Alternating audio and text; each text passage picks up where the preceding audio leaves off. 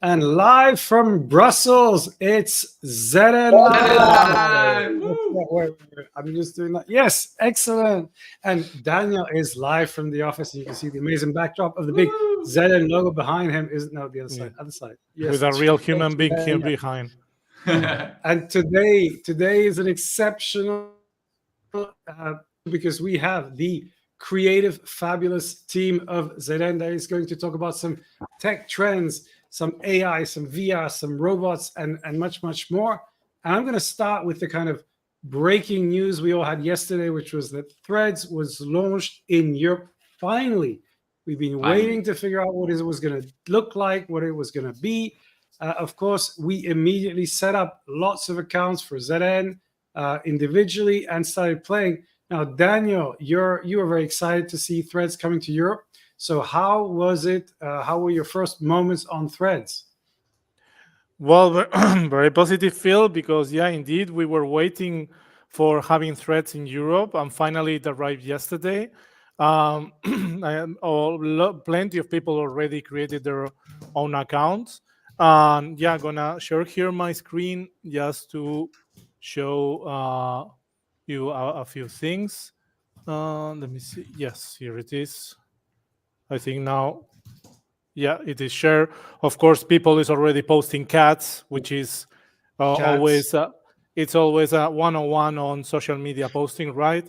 But yeah, we have already a lot of actors. For example, we have here Politico Europe.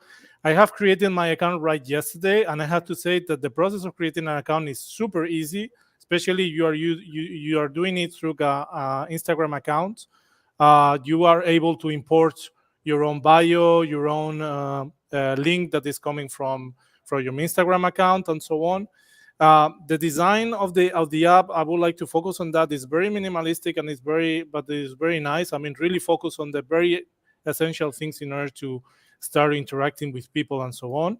And yeah, as you were saying, Phil, you and many other people at ZN, we already created accounts. Yeah, here we have your accounts, and you already had some interactions here and there, right? Yep. Through different threads. And also, most important, we also at ZN we have now a ZN Threads account, of course. So that's fantastic. And already we had a case yesterday of a very viral post, which was the case of Donatella Versace, who posted this, in which she was saying, "It may be first day here, but don't forget I am the queen of threads." Of course, very nice pun. It was very well received, already more than 8,000 likes. So boom, it's Threads is here, is running pretty well. And yeah, I mean, me personally, I think this is going to be quite interesting new social media. That most probably we will see what kind of role is going to lead, especially on the next year with the European elections and with all the conversations on the EU bubble that is going to be driven throughout that topic, right? Yeah, I'm very excited about Threads. I think it's not going to be a magic bullet to solve social media problems, but it's interesting to see a kind of credible player with potentially enough critical mass to make an impact on ex Twitter and its dominance of the political world. Because the problem with LinkedIn, which a lot of people think could be a replacement, is that it just doesn't have that structure that allows for this integration between different conversations and for people to follow people that they're not friends with, and to really do this. Basically, as you said, it's a Twitter clone, but without Elon Musk. I think that's the main competitive advantage of Threads, is you get to get that experience. Now, what people will say is, oh, but it doesn't have the people, etc. And that, I think, is the big question: is who will go on Threads in the next couple of weeks, and will they start to commit to Threads and to start communicating? And for the Brussels bubble and for the EU, it just needs to be some of the key people, including Commission, Parliament, journalists. And if they're there, that forms I would say, small bubble that could then create a kind of engagement that people are looking to have, especially those who are very uncomfortable with Twitter. So I think it's going to be very interesting. It's always fascinating to see new players come into the market. And the other thing I want to say, and that's actually one of the discussions I had on Threads yesterday, was about whether, number one, it's going to stay open. Because one of the things that made Twitter very effective was that it was very open to, with its APIs, the programs that you can connect to Twitter. And that allowed a lot of other people to build on the Twitter ecosystem. Elon Musk has reversed that and started to shut down integration. So if Threads really embraces it, that could be very interesting. And the second thing is that it claims to allow openness across platforms. And that means allowing people to post on Mastodon and Threads simultaneously. Now, if that happens, and perhaps Blue Sky and others, then you'd start saying, okay, I might still need X. That'll depend on how things happen there. But I can do this much more effective kind of dissemination of content. And we were discussing this earlier with Matthew Laurie and the idea of the Posse or the Webbers Hub that I communicated, which is you create your content and then you copy it and you post it rather than committing and putting it all in one place. And I think Threads is a step in that direction. I think a lot of people will say, oh my God, but you forget it's Mark Zuckerberg and Facebook and all the issues. That might be true, but Mark Zuckerberg is getting to look extremely good in contrast with Elon Musk nowadays. So he's got Elon Musk to thank for really helping restore his reputation just by screwing up massively more. So I think it's a really interesting convergence of technology. And again, it's not Threads that's a solution, but it opens that new approach that we've been really studying and starting to roll out, which is Webbers Hub and POSSE. So post, it's not post once, it's post once, syndicate everywhere, or no, there's another version which we will correct and post in the comments. So Antonin, you are you are embracing Midjourney in design. A lot of people have seen the fantastic work you've been doing on the Zeitgeist News newsletter, and recently not only just doing these great kind of images, but also integrating the faces of people upgraded with these technologies. Now, but tell us a little bit, how excited are you about what you're seeing happening right now? And is it just about beautiful design, or is there a lot more to come? Yeah, I think for me, it's just the beginning, right? You're really in an era now where, we have big players that have started to establish themselves in kind of different areas, right? There's been a massive explosion of lots of different tools, and we'll, come to later with a bit of a list that I'll give in my recommendation. But for me, what we're starting to see is the people that are, the kind of organizations that are really taking charge in certain kind of areas, whether it be, image generation or, large language models like, the ChatGPTs and so forth. But for me, what's really exciting is that you have more and more actually the kind of integration with the tools that we're like every day using, right? So things like, for example, the Office. I remember last week, Daniel was posting a really nice example where there was a really nice integration of Excel, for example, in their mobile app, and how they're able to take an image and put that directly into an Excel format. Like little things like this that are very, very useful and very integrated in the tools that we have are really interesting. And then for me, it's everything is that really it's kind of like infancy stage, right? In terms of the way it's being done right now, it's sometimes not so easy to interact. And that is something that we're seeing really big changes. So you can interact much more easily. You can communicate much more easily in a very kind of natural way with AI, and to actually then get what you would want.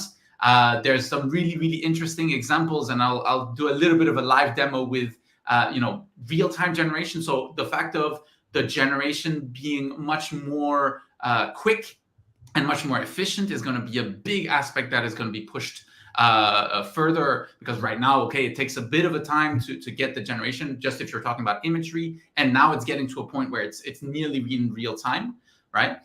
Video is going to become, I think, in the next couple of months, something that is going to start being actually viable, right? Because right now there was a lot of like jankiness to a lot of the video that you were creating, and you were not sure if you were gonna get anything. If you're lucky, 1 in 10th generation was going to be something that's semi-usable. I think very soon we're gonna see like video becoming really, really, really usable. So yeah, let's do a little bit of a live demo. I will share my screen and you'll see. So the tool that I'm using in here is Leonardo.ai. That's not the only tool, but the cool thing is that with this one, they're having an early access tool. So of course it's Christmas. We want to do a little bit of a Santa. So very easy. You can go in here and you can start putting in. I want to have his hat maybe here. I want to have maybe his face. I want to have there, of course, the choice of colors that you're using. So because I'm choosing yellow, it's going to give that lit because everything's in black here. So if I want to change, for example, I don't know, to the background, for example, to be a much more light kind of color, I can adjust here and you can see that it's giving me kind of like a rough representation of the elements, right? But just with 2 strokes, it already recognized that was a Santa. Yes. So crazy. Also the other thing that's exactly, I'm also putting a prompt underneath, right? So you're combining the strokes with the prompting, and then, for example, if you want to have like a bit more of a bigger face, for example, you adjust it, and then the cool thing is, okay, here you have something that's a bit rough, right? And you can put, like, for example, I think I should put in the prompt with glasses, for example, right? And then it will add it. So if I tried, for example, doing like saying shades, for example, so I put shades, for example, there it will add the shades, for example, right? And then once you have something that you're happy with, then you can do like an instant refine. So it'll take like just a couple of seconds to kind of refine the image, right? Get a bit more of the detail and a bit more of a realistic look.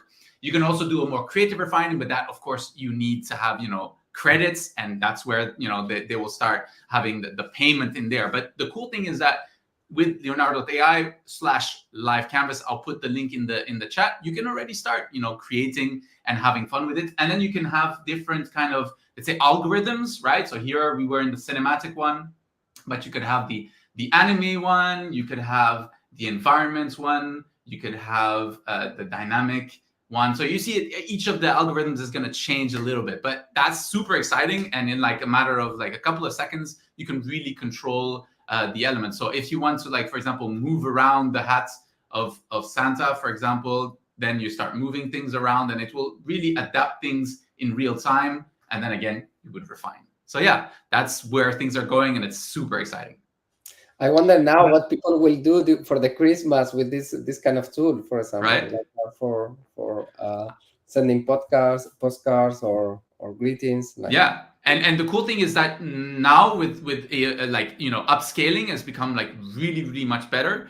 So for example, in our case, we were working with Coca-Cola to do their Christmas kind of banner, and using AI generation, we were able then to upscale that and refine that. Of course, you had to use AI in conjunction with the normal kind of design knowledge of how do you adjust things in Photoshop to make sure that it's prepared for print. But it's much an easier transition to get something that was like 3 meters by 2.5 meters, and the results were really, really amazing. Yeah, I think it's very interesting, and to remember that these are tools, and that in order to use the tools properly, you need that understanding, because I think you can put prompts, but understanding how the prompts might generate a response and how you need to refine it, I think that's where the real value add comes in. But it empowers a lot of people who are not designers to start experimenting much more with this. And I think what it allows storytellers, which is really what communicators like us are, to do, is to illustrate their ideas and to try to find ways of expressing things in your head. For me, it's also something that ChatGPT and Bard is doing, is like, if you want to express an idea, so you just put, look, in text form, it helps you to articulate that. So you don't have to worry about the phrasing and the typos and the grammar. That can, it's like somebody helping you to write better, and also to articulate certain thoughts that might help. So I think as an enabler, it's really fantastic. Now we'll see if there's a qualitative shift in what we do, or whether that thing will happen over time, just because things accelerate so much to the point that then suddenly you do things completely differently. But it's been extremely interesting. And talking about actually AI and the way we see things, Jesus, you have some interesting updates on the world of, well, your favorite space of VR and AR and AI. So what's happening there, Jesus? Well, there are many things happening. People were saying that the story of the metaverse and all that was gone. Well, I think that it went a bit down for a while because AI was coming, and then suddenly now at the end of this year, there are plenty of things that are happening. There's been the Quest 3 that came out, and then from there, all the spatial computing is starting to get some more strength, or is appearing everywhere. And you will see, because I will talk to that later on. But it's true that, for example, the Apple Vision Pro are coming now in January. So for me, it's like starting the year, wow, with something big. Unfortunately, it's going to be at the beginning only in the US, so we will have to wait a bit more. I hope that along the year is going to come here to Europe. And then also they were talking about the possibility of having a Vision 1. So it's not necessarily the Pro, so maybe a cheaper one, which is also really great. So I'm continuing with the headset VR and all that, experimenting things. Actually, that every year I like to do a kind of project a bit more artistic and all that, and I'm now exploring the possibilities, because that since I have the robot, and that's why I brought it here up to the office, is Hi, Pepper. Hi, Pepper. Is there a bit relaxed? So and actually speak Spanish only. So hola, Pepper. ¿Cómo estás? So with Pepper, what I would like to test, and it's something that I would like to create some kind of a tool that would permit to connect the VR with the robot. So because are two of the things that I like the most. So I was kind of exploring what are the possibilities of that. And then I was talking to Thomas there, that is sharing offices with us and all with the area. And there were really nice conversation with him. I was talking also with some of our developers, like Chema, for example, from Spain, that we're working with them in many things. And then at the end, I also met some guys in Alicante that now I'm having a big collaboration, a lot of fun with them. They are from the University of Alicante. Actually, I'm sharing the screen, and you can see on my screen, you can see there, this is for example, an experiment that they're doing there. This is David Paredes with a headset that is connecting the robot, and then he's embodying the robot. So that means that he himself can control it. He can move. So as he moves, he can also move the hands, the head in the direction he wants. So when I saw this, I was like, wow, this is one of the things I always wanted to test and try. This is crazy. I mean, it's really cool, actually, because then you can get in the body of the robot, and then you are moving with the hands and all that. We're discussing. I'm discussing mainly with Miguel Casola, who's the director of a group of research that is there at the university, that is called Robit. And then with him, we're seeing the way of how to use this at distance. He here has the headset connected to the computer, so I think it's directly to Unity connected. But the idea is to create even an application on the headset that would permit people to connect and to embody this robot here that I have here behind me. So that it could be, and then I could even have meetings or discussion with people. I don't know. That's so cool. What to do with that? I think it's, that I like always to go to the borders and to experiment and all that, to see afterwards what we can use it for. But really excited about this, and I think it's going to be one of my fun projects for the coming year. Yeah, and I think it's I mean, this reminds me of your exhibition when you couldn't come because you had COVID, and basically you came on an iPad. Now you could be on the robot, talking to people, networking, and again, it's and the better, coming back to what Anto was saying, the better the speed, the more it qualitatively changes, because if it lags, people will say, okay, it's fun and all that. But if it's smooth, then suddenly you can actually really interact, move around. And I think for a number of different events, it's going to be very interesting. So I think that's very exciting. And you're also excited about something happening in the world of Office in VR?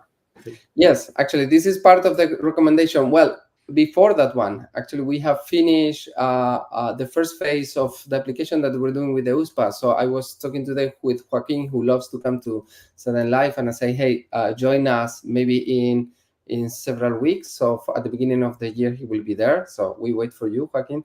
And then I think better maybe what we can do is to go to the recommendations, and then I give the recommendation about what you want me to talk about. Excellent. Yeah, shall we do? Absolutely, totally. Let's do that. But yeah, I want to hear about your interesting experience in the world of the Excel spreadsheets. Exactly. Well, but that's the point. So my recommendation is the fact that I was yesterday using the headset. I've been a bit busy in the last days, so I didn't use the headset as much as I wanted. And suddenly yesterday I saw, wow, look at this! There are these new applications, and it was all the Microsoft Office set was there. So then suddenly I could download Word, connected to my Microsoft account because we use mainly Microsoft at the office. So then I had all the files, all the Excel files, but I could see it with a huge screen here in the office that I could then work with it with the Excel, with PowerPoint, with Word. That's with this headset, actually, this one, if you take out the side and you put it, see in the back, the exterior space, then it's quite, you feel that the screens are there. And then you can connect your keyboard or whatever directly, because more and more is accepting it. So then suddenly you're working with huge screens in your office. So it was really cool. So something that I'm considering now where I can use it. It's true that Teams still not there, but the plan is to bring Teams also. It's going to be weird because instead of being with you yourself on the calls, you will be with your avatar. So something to test also. At least it's fun. So let's see. So yeah, and actually Facebook, I mean Meta is piloting a VR headset where you can completely render the face. There was an interview between Mark Zuckerberg and Lex where you could see that. So that would obviously create a different feeling. I'm wondering, I mean, you talked about this, Office integration in VR. Now, do you think this is a gimmick, or do you think people are going to spend time actually working? And I can think of one case where I think it might be very powerful. If Copilot comes in and really allows you to do things, in a much simpler way. So if you can say, okay, take that document, extract the numbers from my PowerPoint, give me a sheet, then plug it into an Excel, and then show me. So using this kind of AI no code instruction guide. But do you see yourself using this, when you're actually doing work, or do you see this more as a kind of moment of just experimentation? When do you think you can start working in VR? So actually, the way I see it is that it's not substituting one thing to another. The same as we're doing with many things. At the beginning, I was not using phones to work. And then suddenly I see myself more and more using it in specific moments, in specific situations. I was not having video calls so much, and it was on personal meetings. And then suddenly more and more, I'm combining both. It doesn't mean that I totally broke with personal meetings. I'm having personal meetings in some cases. I think, for example, personal meetings, brainstorms with more than 2 people in a space where you have areas where you can collaborate together, and even with the external reality, mixed reality and all that you are at your room, but then suddenly you have a board that you guys also can see at the same time, and we're discussing. This is really cool already. It's something that can help a lot when you are checking things or a model or whatever, and you want to check it together. This is also great in situations where suddenly you have a lot of work. I've read and I've seen people doing it. You have a lot of material that you need to pass from one place to another, and you only have one screen, and then you can put this, and you have huge screens that is permitting you to do the things much better. Why not? So I don't think it's going to be something that you're going to substitute. I think it's going to open your possibilities to use it from time to time. I don't think I would stand using this more than 2 hours in a row, to be honest, because still it's a bit heavy. This part here is heavy. So I feel here on the front and the back, after 2 hours, I put this thing that is an extra element that is helping me to balance more the weight. But still, after 2 hours, 2 hours and a half is heavy. I don't know the Vision Pro how they would be. I hope that I can test them soon. But I use it like from time to time.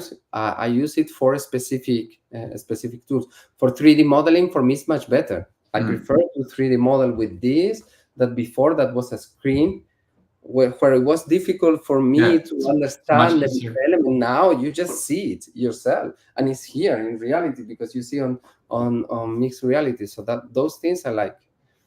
What I don't like is when you're substituting things that you can do on reality, on real life, on the VR. Then for me, it's not. It's when it's expanding the possibilities that I see the point. So I think we need to commit to a brainstorming session on ZN 2024 AI and beyond strategy in the virtual reality world. So that way we can see how creative we can get, and we'll invite people from the network wherever they are, and see if we can they can join into a VR brainstorming session, and we'll experiment with different things. Yeah. Maybe one day we can do the live from the metaverse directly, but we did it in the past. But now, like traveling from one place to another, why not? That'd be cool. Absolutely. All right. So time for our recommendations.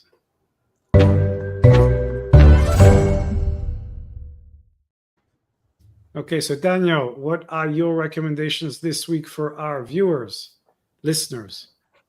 So, because we have been talking about threads, I mean, I've been recommending this many times, but I cannot stop recommending it. That is the series of Abstract, The Art of Design on Netflix. Already has a few years there, but I think it's very, very nice to watch. And specifically, what I recommend is the 5th episode from the 2nd season, which is dedicated to the personal, because each episode of this series is focused on the work of one designer or artist. And we have there people like Olafur Olason, Paula Escher, and many, many others. I mean, many amazing designers, creatives. This episode in particular is dedicated to Ian Spadler, who was the mind behind the change of branding on Instagram back in 2017. And actually, it's a very interesting episode because of many reasons. First of all, because it gives you an idea how they drift the branding identity of Instagram to the one that now we know nowadays. Also, the tremendous backslash that they had back in the day, in the very first days when the brand was implemented, and many people was hardly criticizing it. And in this episode, they show you how this person in particular was facing it. And also, because of this episode, we learn, I think, a lot of things related with UX design, which actually now we can see reflected on new applications that came out, as it happened with Threads, for example. So I think it's a very interesting episode to and document to know, about UX design and the full process of designing a branding for, in this case, for a product like Instagram or Threads. So I totally recommend to watch it. Yeah, I think it's very interesting, and actually the design of Threads it seems to be, to me at least, connected to Instagram, and you can see that it's part of the same family. I feel, and I also think it's interesting because it's quite simple. You were saying that about the design at the beginning, but it's a native app. I mean, it's very interesting to think that this is not Facebook buying a company. This is Facebook launching something in their ecosystem. It's been a very long time they haven't done that, because actually all the big moves, WhatsApp, Instagram, Oculus, have all been acquisitions and then integration. This is a launch of something new. Now, when it launched in the US, it went to 100 million, 200 million quite quickly. Then there was a kind of drop in daily engagement. Now, I think with Europe, we'll see what happens. I hope that they will share the data, because they haven't seen any numbers yet about how many people are using it. And of course, it doesn't matter how many hundreds of millions of people use it. What matters is the quality of the communities and how they engage. I think, as with all things internet, it's impossible to predict what's going to happen, but I certainly think it could be significant. So let's wait and see. So Anto, what are your recommendations? And I'm going to come all to you with your prediction in a second, but what are your recommendations? Yeah, so my recommendation, of course, related to AI and related to one of my favorite YouTubers on the matter, Matt Wolf. So he's basically sharing 28 amazing AI tools that are actually surprisingly free right now. So for me, there's a lot of really interesting tools that are in there on lots of different areas, right? So there's, on the, ChatGPT kind of word generation, but there's a lot of really interesting things with like video creation that follows the music, for example, or AI tools like, for example, Leonardo AI that we just saw. So really a lot of interesting things. It spans a little bit across all the kind of different genres of AI tools. So yeah, really interesting video. Have a look at it. Very good recommendation. Okay, Jesus, what are your recommendations? I know you mentioned one. I don't know if you had another one. Well, actually, together with the one I mentioned was about Microsoft being on Meta. So together with that, there is the Xbox also that permits you then, if you have a subscription, then you can play on. It's true that are the 2D games, but you play them in huge screen from your computer. You can even connect the Xbox controller. So really cool, interesting thing. That test. I was already last night. That's why I went a bit late to sleep, because when I saw it, I started to test. So really excellent. Cool. So with the Christmas break, we have a lot of things. I'm going to share my recommendation, and then I'm going to come back to all of you with one question. So my recommendation this week is Feel Good Productivity from Ali Abdaal. He's a YouTuber. I've been following him for a couple of years. I like his style. He's a doctor who basically has become a full-time YouTuber. He talks a lot about productivity. He expresses ideas in a very simple way. And this is a combination of his philosophy, which is you should try to do the things that you like, and that kind of increases your productivity rather than obsessing just about hacks to be more productive, to get the energy behind what you do. And I think it's a very interesting idea. I've been reading about it in different ways. The more fascinated, curious, and excited you are about something, the more energy this gives you to do it. And so people are capable of doing a lot more when they're really in that zone that motivates them, rather than just doing things in a more effective and productive way. So I like this idea of trying to find how to calibrate your energy into what really drives you. Now, we're approaching the end of the year, and I do want to ask you all what you're most excited about in 2024 in terms of breakthrough technologies or something that might happen that you're particularly excited about. So Daniel, what is your 2024 wish? You can maybe ask Father Christmas if you can deliver on that, or maybe just one of the big tech companies. Well, predictions on 2024, difficult to say, Phil, because I think this year has been a year, especially on planting some seeds that will sprout and bloom next year. I do predict that, AI is going to be more strongly implemented on many things.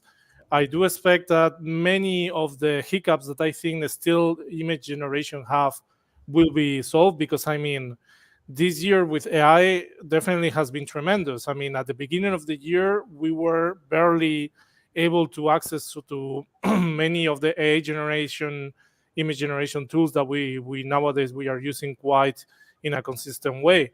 And we have seen a lot of advancements on that sense.